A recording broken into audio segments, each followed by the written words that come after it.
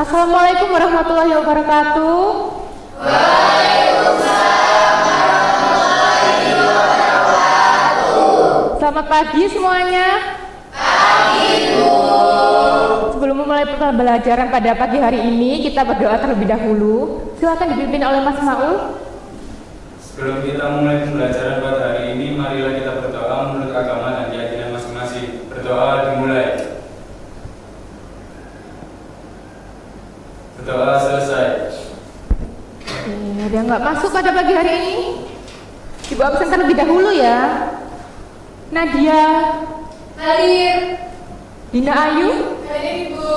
Eva, Hadir, Ibu. Aditya Wardana. Hadir, Bu. Oke, ternyata 10 IPS 1 hadir semua. Kok ibu lihat masih pada lemas, letih gitu? Belum pada sarapan kah kalian?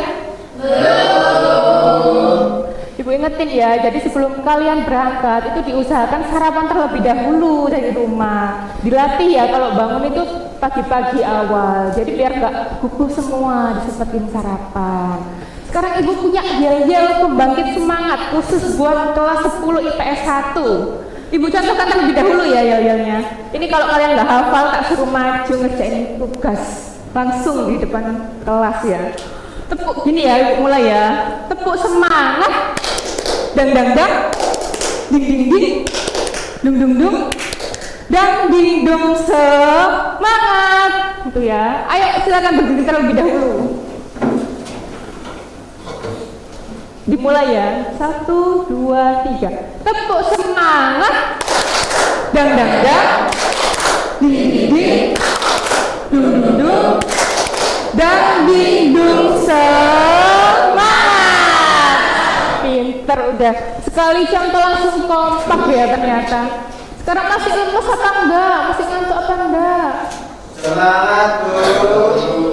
Pinter. Ibu yakin kelas 10 IPS 1 itu kalau di pelajaran ekonomi cepat pahamnya daripada pelajaran yang lain. Setuju apa enggak? Setuju. Oke, kita kembali ke topik pembelajaran ekonomi ya teman-teman. Jadi ada yang masih ingat nggak minggu lalu kita belajar tentang materi apa? Keren, masih ingat ternyata ya. Terus apa aja sih faktor-faktor yang mempengaruhi pendapatan nasional? Yang tahu angkat tangan ya. Oke, Mbak Dina, silakan. Ada jumlah penduduk, produktivitas, budaya alam, infrastruktur, dan kebijakan pemerintah, Ibu. Keren, kita tepuk tangan dulu buat Mbak Dina ya. Oke. Terus kalian kira-kira ada yang udah belajar nggak hari ini? Kita mau pembelajaran materi apa? Pertumbuhan ekonomi, Bu. Benar yang dikatakan Mbak Nadia. Kira-kira hal-hal yang Mbak Nadia rasakan tentang pertumbuhan ekonomi itu apa aja sih dampaknya? Ayo. Apa ada yang mau bantu? Ya silakan. Ibu izin menjawab. Iya. Pertumbuhan ekonomi adalah proses peningkatan kapasitas produksi suatu perekonomian yang diukur melalui pendapatan nasional.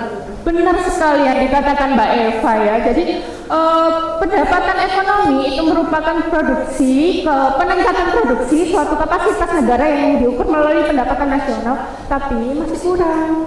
Kurangnya itu dalam kurun waktu tertentu. Di akhirannya itu ada kata dalam kurun waktu tertentu. Kenapa? Karena peningkatan itu enggak yang setiap hari terus-terusan meningkat ya pertumbuhan ekonomi itu. Jadi ada kalanya pertumbuhan ekonomi itu menurun juga.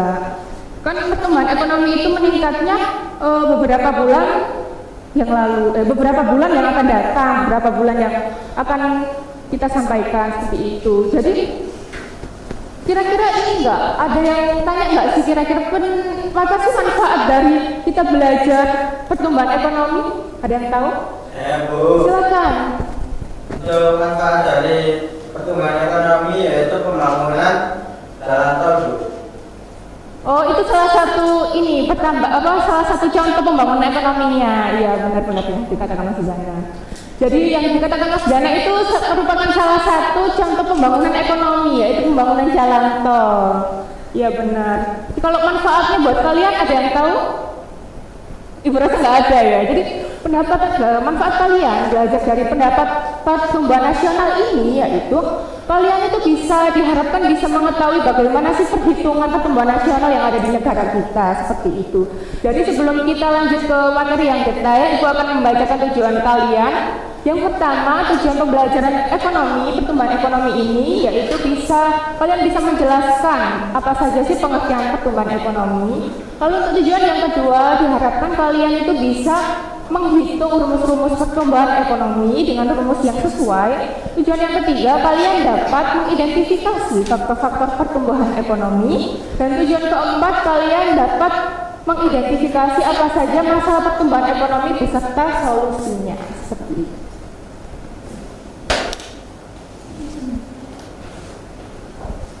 Nah, hari ini kita akan belajar tentang pertumbuhan ekonomi kan. Selanjutnya ini Ibu ada infografis yang menarik buat kalian belajar. Nah, di sini Ibu mau bertanya kepada kalian, siapa yang bisa menyebutkan infografis ini itu tentang apa sih? Ada yang bisa menyebutkan? Oke, nggak apa-apa, karena ini tuh ada infografis tentang pertumbuhan ekonomi. Nah, ada yang tahu nggak isi dari data ini tuh tentang apa? Oke, nggak apa-apa, karena hari ini kita akan belajar tentang pertumbuhan ekonomi. Dan infografis yang ada di depan ini adalah salah satu contoh pertumbuhan ekonomi di Indonesia. Nah, kita lanjut ya. Mulai dari atas ini, dari judul, ini adalah data pertumbuhan ekonomi Indonesia triwulan. Tri itu adalah 3, bulan itu adalah bulan. Nah, ini adalah 1, bukan I besar ya, tapi melainkan 1 dalam Romawi. Jadi 3 bulan pertama pada tahun 2024. Jadi paham ya, ini data pertumbuhan ekonomi Indonesia 3 bulan pertama pada tahun 2024. Nah, selanjutnya di sini warna ini itu adalah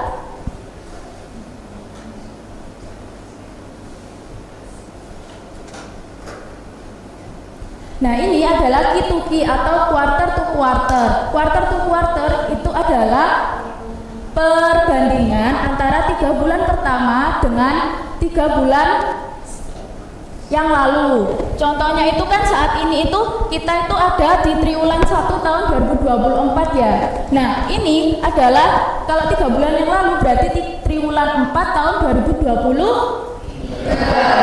Paham ya? Begitupun selanjutnya kalau misalnya sekarang triwulan 4 tahun 2023 berarti triwulan yang lalu berarti triwulan 3 tahun 2023. Begitupun selanjutnya gitu-gitu terus ya. Nah, itu kitukinya di triwulan 1 tahun 2024 ini sedikit mengalami penurunan sebesar min 0,83%. Nah, selanjutnya ini ada Y on Y. Y on Y itu adalah years on years. Jadi perbandingan antara tahun saat ini dengan tahun yang lalu. Nah, kalau misalnya sebagai contoh ini, sekarang kan triwulan 1 tahun 2024 ya. Jadi triwulan 1 tahun yang lalu itu berarti triwulan 1 tahun 2023. Begitupun selanjutnya kalau misalnya sekarang ini 2023. Berarti triwulan yang lalu itu berarti triwulan 1 tahun 2022 begitu. Nah, di sini Y on Y-nya itu sebesar 5,11%. Itu menunjukkan kita itu sedikit mengalami pertumbuhan ekonomi. Nah, selanjutnya di sisi sebelah kanannya lagi itu ada situsi, yaitu kumulatif to kumulatif. Kumulatif to kumulatif ini itu adalah penjumlahan dari bulan Januari di tahun 2024 sampai Desember akhir tahun gitu. Jadi seberapa banyak sih? Nah, di sini itu tertera situsinya itu 5,11%. Nah, sampai sini ada yang ingin ditanyakan? Saya Bu. Ya. Bu, saya mau bertanya, kenapa Y on Y dan situsi itu nilainya sama, Bu? Oh ya. Oke, Bu. Akan menjawab pertanyaan dari Aristika. Jadi Y on Y dan situsi ini itu kok sama ya, 5,11% Bu. Karena kita ini kan masih triwulan pertama ya, masih 3 bulan pertama. Jadi masih ngikut dengan Y on Y-nya tahun yang lalu. Jadi ini tuh masih sama. Bu, ini tuh situsinya bisa berubah atau enggak ya Bu? Bisa. Kalau misalnya kita itu udah melewati triwulan 2, 3 ataupun 4. Aristika bisa dipahami? Bisa, Bu. Oke, Ibu lanjut ya. Nah, selanjutnya di sisi sebelah kanan itu ada produk domestik bruto atau PDB. PDB ini adalah seberapa kekayaan sih yang dimiliki oleh Indonesia itu, seberapa banyak sih barang dan jasa yang sudah diperjualkan sama Indonesia itu. Nah, di sini Indonesia itu mendapatkan 5.288,3 triliun. Cukup banyak ya. Nah, sampai sini ada yang ingin ditanyakan lagi? Saya mau bertanya. Ya. Kenapa grafik di ekonomi itu naik turun ya, Bu? Oh ya, ini ya, di sini ada grafiknya naik turun. Oke, Ibu akan menjawab. Pasti ekonomi itu nggak selalu naik terus. Pasti ada kalanya tuh menurun, naik seperti roller coaster. Seru kan roller coaster naik turun gitu. Nah, jadi meskipun kalau bukan hanya di Indonesia aja, bahkan di negara aja, pasti kita sendiri kalau misalnya kita nggak punya uang pasti kan menurun kan. Baru kalau misalnya kita mempunyai uang baru naik lagi kayak gitu. Bisa dipahami? Ya, nah selanjutnya yaitu PDB itu bisa didapatkan dari sektor mana aja sih Bu? Nah di sini tuh ada beberapa sektor, ada pertanian, ada pertambangan penggalian, industri pengolahan, selanjutnya konstruksi, perdagangan dan lain-lainnya. Nah ini tuh dari sektor dari pulau-pulau mana aja Bu? Di Indonesia kan banyak sekali nih pulau-pulaunya. Nah, di sini tertera berapa banyak kontribusinya dalam menumbuhkan pertumbuhan ekonominya. Nah, salah satunya itu ada Sumatera, Kalimantan, Sulawesi, Jawa, Bali dan Nusa Tenggara, Papua dan Maluku. Nah, di sini ini kan ada persegi ya, warna hijau. Ini tuh adalah kontribusinya seberapa banyak sih. Nah, di sini itu ada Jawa sebagai kontribusi yang paling tinggi sebesar 57,70%, disusul dengan Sumatera, Kalimantan, Sulawesi, Bali dan Nusa Tenggara, dan selanjutnya adalah Maluku dan Papua. Paham? Oke, nah di sini kita akan belajar tentang pertumbuhan ekonomi secara detailnya nih. Bu, dari tadi pertumbuhan ekonomi aja. Jadi pertumbuhan ekonomi dapat diartikan juga sebagai proses kenaikan kapasitas produksi suatu perekonomian yang diwujudkan dalam bentuk kenaikan pendapatan nasional. Nah, ciri-cirinya itu ada apa aja, Bu? Ciri-ciri yang pertama yaitu bersifat kuantitatif, diukur dengan angka. Seperti yang tadi di infografis tadi kan tertera banyak angka, persen, grafik, berapa min gitu tadi kan angka ya. Jadi ekonomi itu selalu angka gitu. Nah, selanjutnya yang kedua terjadi jangka panjang. Tadi kan datanya itu ada triwulan 1 tahun 2022, begitu pun selanjutnya nanti kalau di masa mendatang itu pasti bakalan diperhatikan. Jadi ekonomi itu selalu diperhatikan oleh pemerintah. Ini tuh naik, ini fase naik atau fase turun begitu. Nah, selanjutnya dipengaruhi oleh modal, tenaga kerja dan teknologi. Faktor-faktor yang mempengaruhi itu apa aja, Bu? Yang pertama sumber daya alam.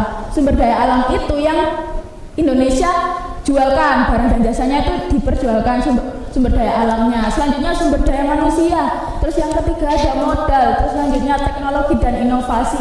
Nah, yang kelima ada kebijakan pemerintah. Jadi Indonesia ini tuh ekonomi dan politik itu saling bergandengan. Nah, jadi kalau kemana-mana itu pasti itu berdua. Jadi kalau misalnya ekonomi lagi menurun atau naik itu pasti politiknya juga berpengaruh. Nah, kalau misalnya politik juga membuat undang-undang baru, peraturan baru, pasti ekonominya itu juga berubah juga, kayak mengalami peningkatan gitu. Jadi kan kalau selalu bergandengan tangan, jadinya berdua terus gitu. Jadi nggak bisa dipisahkan politik dan ekonomi di Indonesia itu. Nah, selanjutnya karena kita dari tadi membahas pengertian, rumus-rumus dan ciri-ciri, faktor-faktor dan ciri-ciri, selanjutnya kita akan membahas rumus pertumbuhan ekonomi. Jadi ekonomi itu kan pasti tentang uang, pasti tentang angka, dan gak jauh beda dari matematika juga pasti hitung-hitungan. Nah, di sini ada rumus pertumbuhan ekonomi. Pertumbuhan ekonomi suatu negara dapat diukur dengan cara membandingkan, misalnya dengan ukuran nasional, itu gross national product atau biasa disebut GNP. Kalau GDP itu gross domestic product. Nah, ini tuh hasilnya sama ya. Jadi kayak GNP dan GDP itu sama. Jadi dilihat soalnya itu tentang GDP atau GNP. Nah, nanti kalau misalnya yang ditanya GDP, tinggal diganti GNP-nya jadi GDP gitu. Jadi kalian nggak usah bingung kalau misalnya ada pertanyaan tentang GDP. GDP-nya berapa? Tinggal dimasukkan rumusnya kayak gini. Rumusnya adalah PE itu adalah pertumbuhan ekonomi sama dengan GNP tahun sekarang dikurangi GNP tahun yang lalu per GNP tahun yang lalu dikali 100%. Nah, ini nanti hasilnya itu persen. Nah, kalau misalnya GDP gimana rumusnya? GDP tahun yang sekarang dikurangi GDP tahun yang lalu per GDP tahun yang lalu dikali 100%. Itu paham? Nah, selanjutnya karena kita tadi sudah rumusnya kalian sudah tahu, selanjutnya adalah contoh. Nah, di sini ada GDP negara X tahun 2018 adalah 160 miliar dan nilai GDP tahun 2019 adalah 168 miliar. Dengan demikian pertumbuhan ekonomi di Japan negara X adalah buahkan.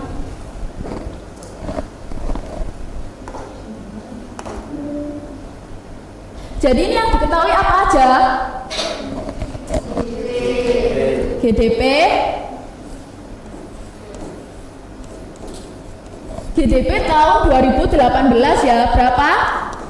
160 miliar. Selanjutnya GDP tahun betul sekali. Berapa? 168 miliar. Nah, ini yang ditanyakan apa? GDP-nya kan? Jadi gimana rumusnya? GDP tahun sekarang dikurangi tahun lalu per lalu dikali 100. Karena nggak cukup kita pindah di sebelah sini ya. Jadi yang pertama berapa? 168 dikurangi 160 per 160 dikali 100%. Wih, pinternya. Nah, selanjutnya 168 dikurangi 160 berapa? 8 per 160 dikali 100. Hasilnya berapa?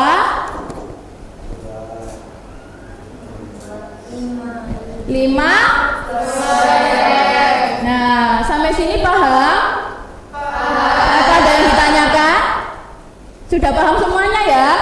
Oke, selanjutnya kalau kalian sudah paham, selanjutnya kita akan ke kurva.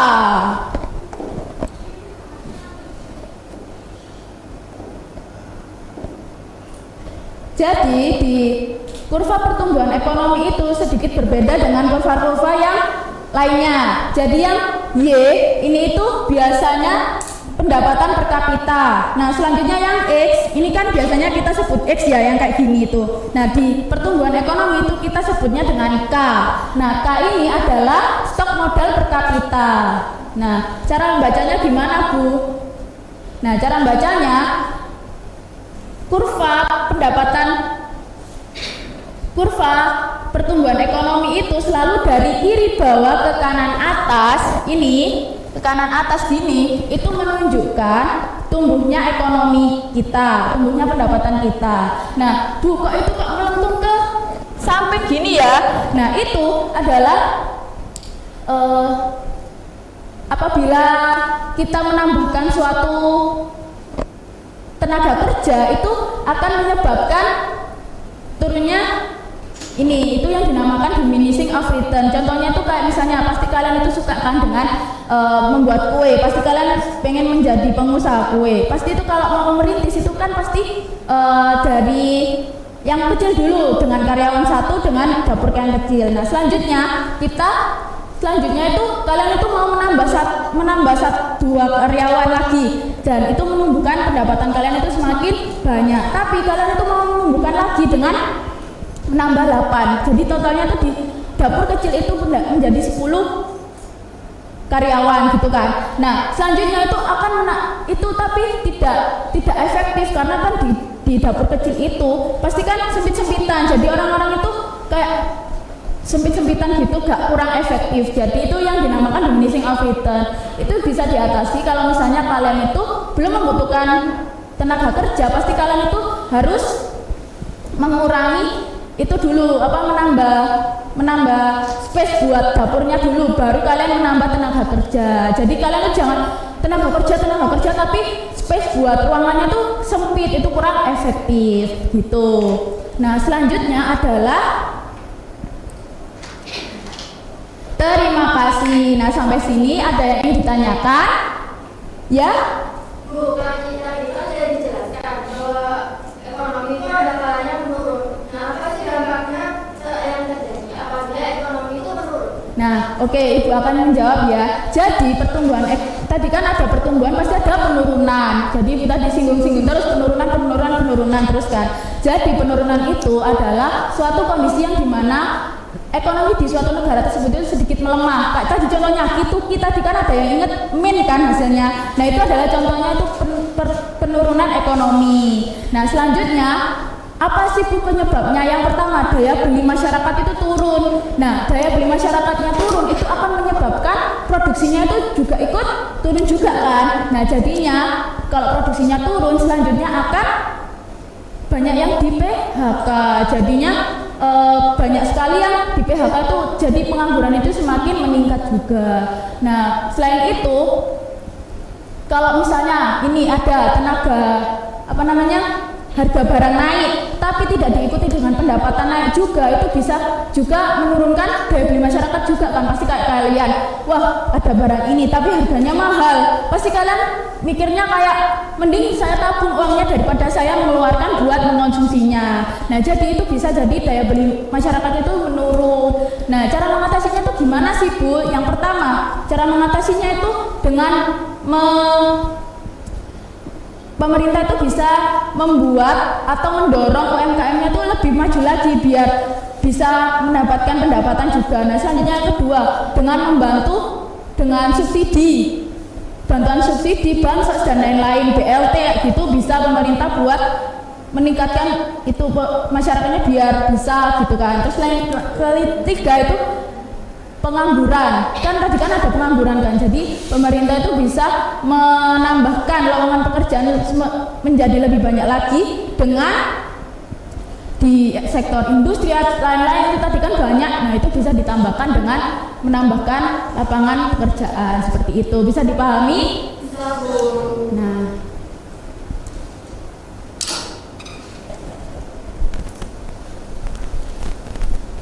Oke anak-anak, atas penjelasan dari materi tadi, apakah kalian sudah paham semuanya apa yang ada yang ditanyakan?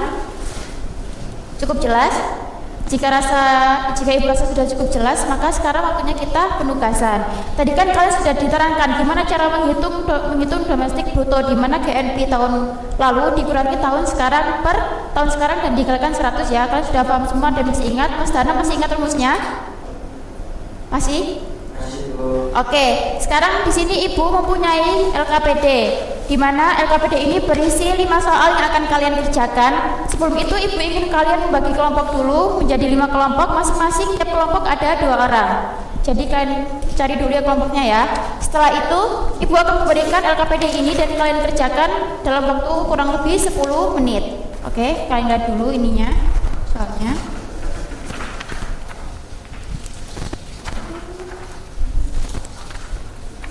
Jangan lupa untuk mengisi nama kelompok serta nomor absen di tulisan nomor paling atas ya. Oke, waktu 10 menit dimulai dari sekarang. Boleh kalian kerjakan.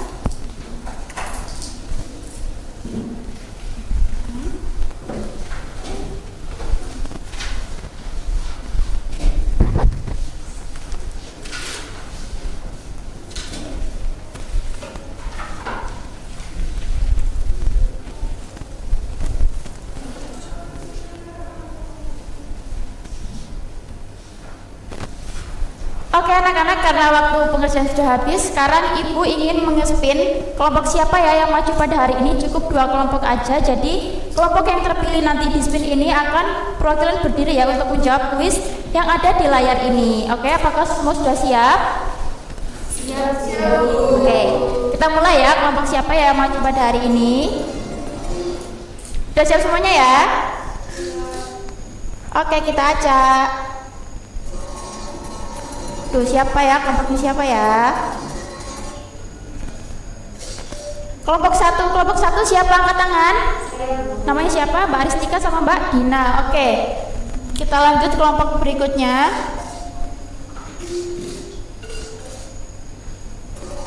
Oke. Siapa ya? Kelompok 4 siapa? Siapa Mbak? Mbak Nadi sama Mbak Maul.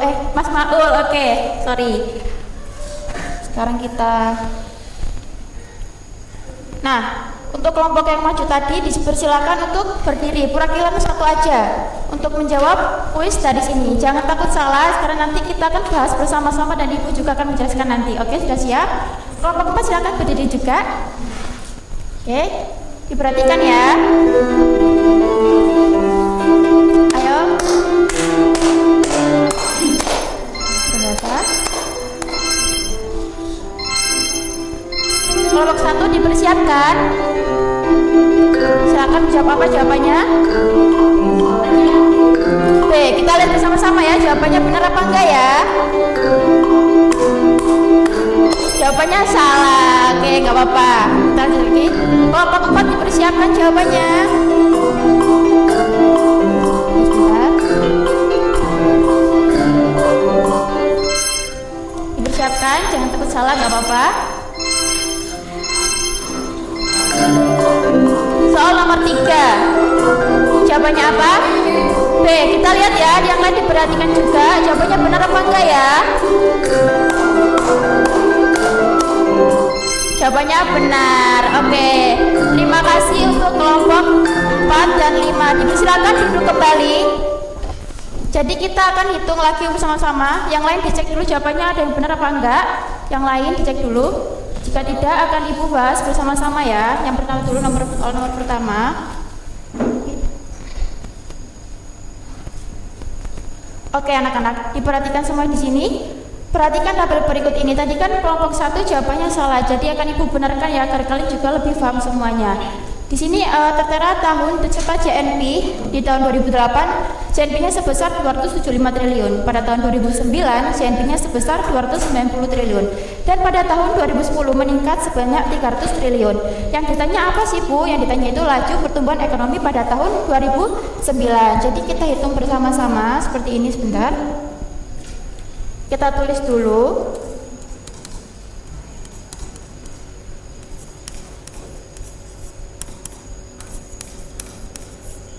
Kita tulis dulu, diketahui JNP pada tahun 2008-nya sebanyak apa? 275 triliun. Kita tulis. Lalu pada tahun 2009-nya sebesar apa? 290 triliun.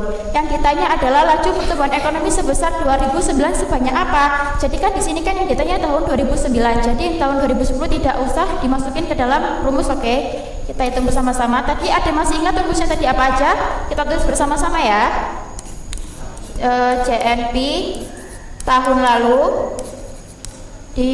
dikurangi JNP tahun sekarang per JNP tahun sekarang dikalikan 100%, karena nanti hasilnya dalam bentuk presentase. Karena nggak cukup kita hapus dulu. Lalu kita tulis di sini JNP tahun 2009-nya berapa? 290 dikurangi 200, JNP tahun 2008-nya 275 per 275 dikalikan 100 sama dengan PE-nya 290 dikurangi 275 berapa? 15 per 275 sama dengan 0,545 dikalikan 100. Kita sederhanakan lagi menjadi jawabannya 5,45. Oke, dicek dulu jawabannya yang benar tadi siapa. Kelompok 1 dibenarkan jawabannya ya, tidak apa-apa. Jadi jawabannya yang benar tadi jawabannya sebentar.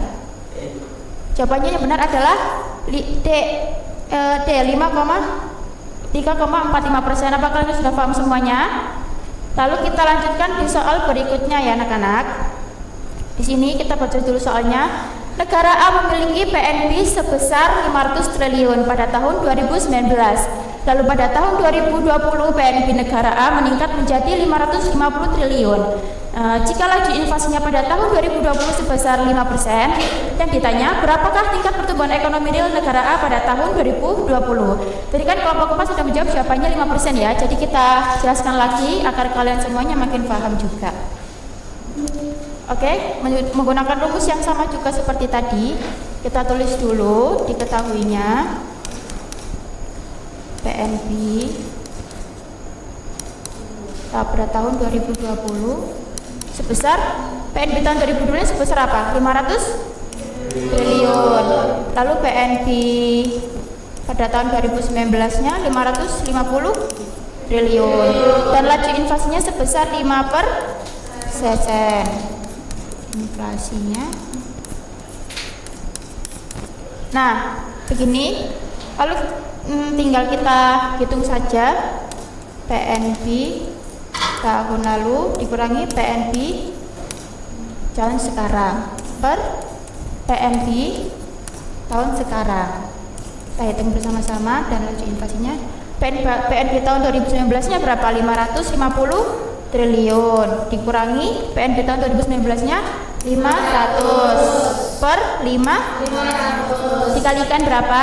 100%. Oke, pinter semuanya. 550 dikurangi 500 berapa? 50 per 500 dikalikan 100. Kita sederhanakan menjadi jawabannya 10%. Oke, karena yang ditanya berapakah tingkat pertumbuhan ekonominya, jadi gampang aja 10% ini dikurangi 5%. 5% ini dari mana sih Bu? 5% ini dari tingkat laju inflasinya pada tahun 2020. Jadi jawabannya 10 dikurangi 5, jawabannya 5%. Oke, pinter semuanya. Jawabannya benar ya. Jadi karena waktu juga mau habis, jadi kelompok berikutnya kita lanjutkan di pertemuan selanjutnya, dan jika ada yang masih belum paham, Ibu terangkan lagi di pertemuan selanjutnya. Oke?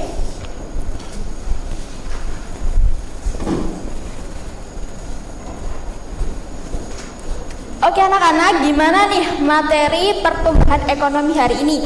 Apakah ada yang masih bingung atau ingin bertanya? Oh ya? Menurut saya penjelasannya tadi itu cukup jelas Bu, tapi saya itu masih agak bingung dengan perbedaan antara pertumbuhan ekonomi nominal dan juga real. Oke, pertanyaan yang bagus ya. Jadi perbedaan utamanya itu kalau pertumbuhan ekonominal hanya melihat perubahan pada PDB atau PNB tanpa mempertimbangkan inflasi. Nah, sedangkan pertumbuhan ekonomi real itu sudah dikoreksi dengan inflasi, sehingga memberikan gambaran yang lebih akurat mengenai pertumbuhan ekonomi yang sesungguhnya. Gimana? Apakah sudah lebih jelas? Oh gitu Ibu, sekarang saya sudah paham. Terima kasih.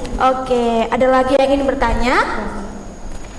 Jika tidak ada pertanyaan, selanjutnya Ibu akan mereview sedikit nih apa yang telah kita pelajari pada hari ini. Tapi sebelum itu, siapa nih yang bisa menjelaskan kembali apa itu pertumbuhan ekonomi?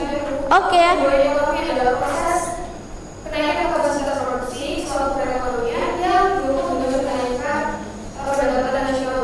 Iya, benar sekali ya. Jadi, pertumbuhan ekonomi itu proses kenaikan kapasitas produksi suatu perekonomian yang diukur dengan pendapatan nasional. Nah, selanjutnya apa saja faktor yang mempengaruhi pertumbuhan ekonomi? Siapa yang bisa?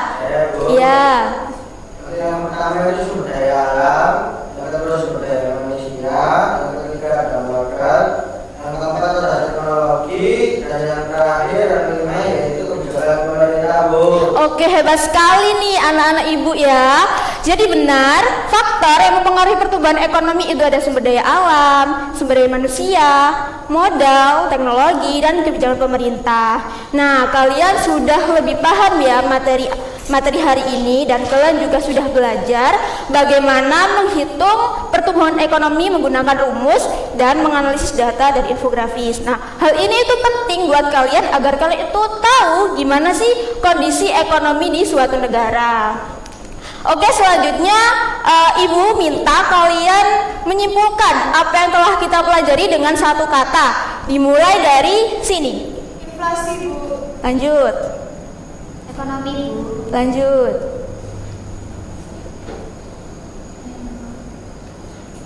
Ayo, bisa dibantu temennya, ayo. Pendapatan, Bu. Lanjut terus. Pertumbuhan. Oke. Investasi. Oke, lanjut. Terus. Kesenjangan sosial. Oke. Kebijakan pemerintah. Oke, lanjut.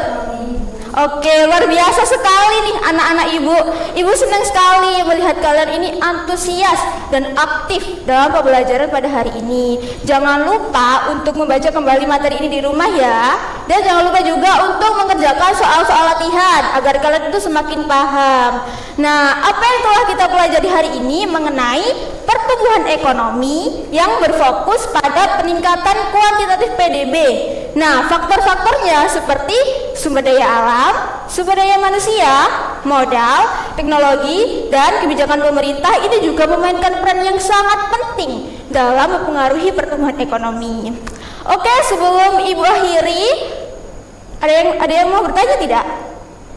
Oke, jika tidak ada pertanyaan, sebelum Ibu akhiri, kita terlebih dahulu dibimbing oleh salah satu teman kalian. Silakan. Sebelum kita mengakhiri pembelajaran pada hari ini, mari kita berdoa menurut agama dan keyakinan masing-masing. Berdoa dimulai.